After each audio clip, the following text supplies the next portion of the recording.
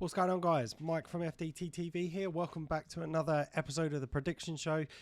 Arsenal, 5 games and 5 wins. What a start from the boys. Next up, Manchester United. Could be a tough one. Let's find out what's going to happen.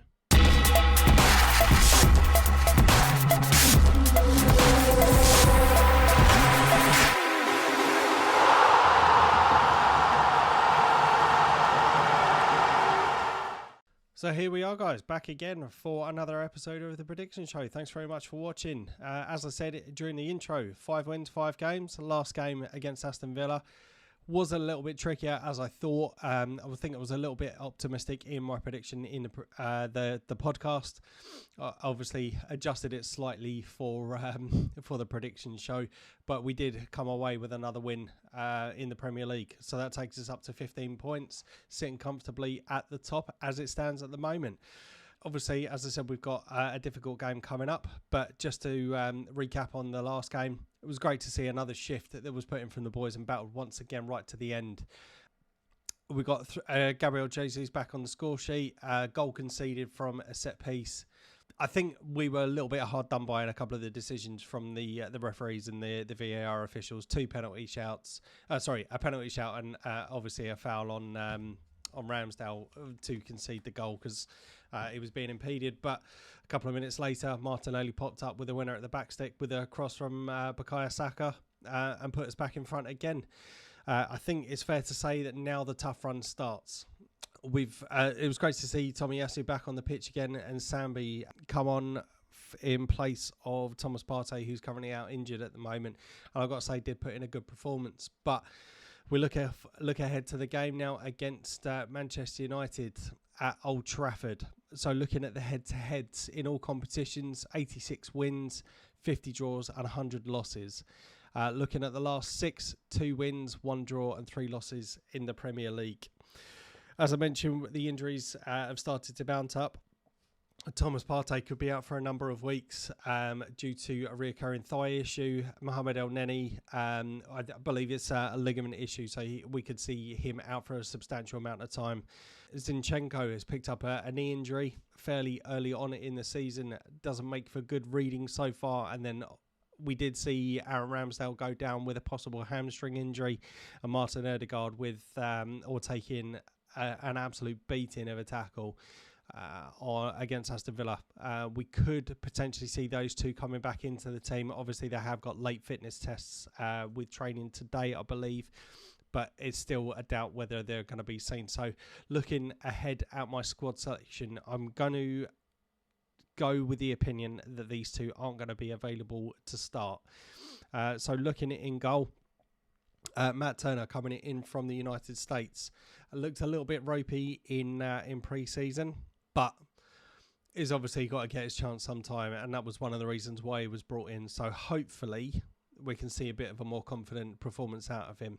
Tomiyasu, I'm going to throw in at right back. From what I saw, Ben White potentially hasn't travelled with the team, although I've not been able to find anything as to the reason why that is. So I'm going to go with him in at right back. Kieran Tierney in at left back, William Saliba and Gabriel in centre-back positions as we've seen already this season. I've gone for Sambi Lokonga and Granit Xhaka in the centre of midfield. Obviously, with the doubts to Martin Odegaard, I've gone for Emil Smith-Rowe in at the number 10. He's slowly coming back from injury.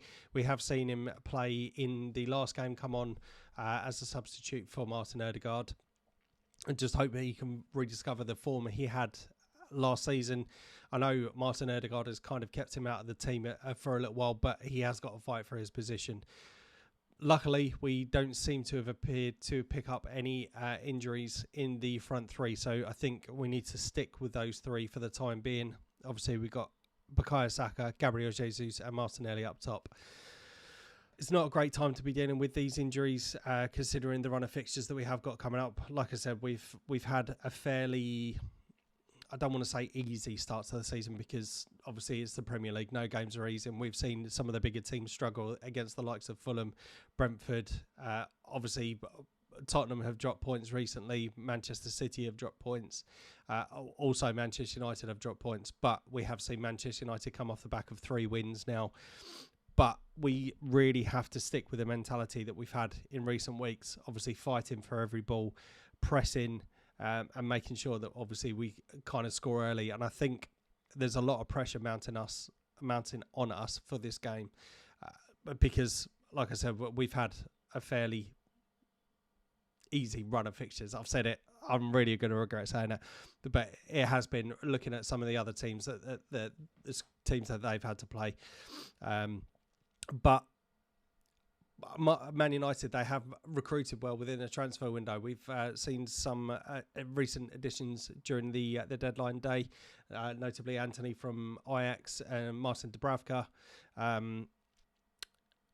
from Newcastle. It's going to be a tough one. I really am worried about this game, if I'm being completely honest. I just hope that we get at least a draw. I think if we can get a draw away from home, I'll be happy with that.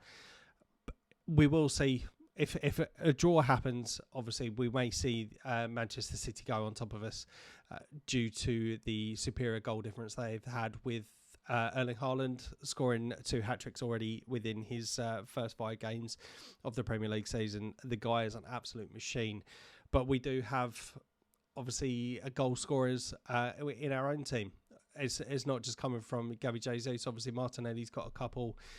Some from the defence as well. Odegaard's picked up a few goals this season, so it's not like we're not scoring goals, which is something that can't be said about previous seasons. But a player which I did give a bit of a shout out to last week, and I think it's someone that is getting a little bit underrated, is Eddie Nketiah. His work rate when he comes onto the pitch, I think, is absolutely phenomenal, and it does give us that different outlet to Gabby Jesus. And you never know, we might actually go with 2 at the top. Obviously, I'm going on the same formation that we've been playing already for this season, but we may change things up and possibly go 5 at the back. In which case, we may see the introduction of Rob Holding, and also, like I said, Eddie Nketiah are up top. So there's a load of things that could happen, but I do think if we start quickly, get an away goal, you may see us obviously step back a little bit and go to the 5 at the back with Rob Holding, and it wouldn't surprise me if that happens early in the second half. I do unfortunately think that we'll concede within this game, just looking at Matt Turner's form during the pre-season.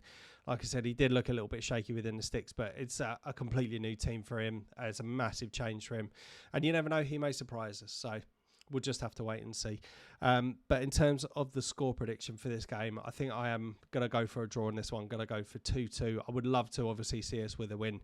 And looking at our mentality compared to previous seasons, we are in a much better place. I just think we're lacking that quality and depth from some of the players. And you never know, obviously, like I said, with Odegaard and Ramsdale possibly passing a late fitness test, they may still be within the team. But like I said, I'm going on the assumption that they are going to be ruled out for this game. So there we go. That is my squad selection and my prediction for this game. I hope you've enjoyed it. If you have, please make sure you hit that like and subscribe button. Make sure you also turn on the notifications to ensure that you're kept up to date with every predictions video that comes out, and also the podcast, which is available.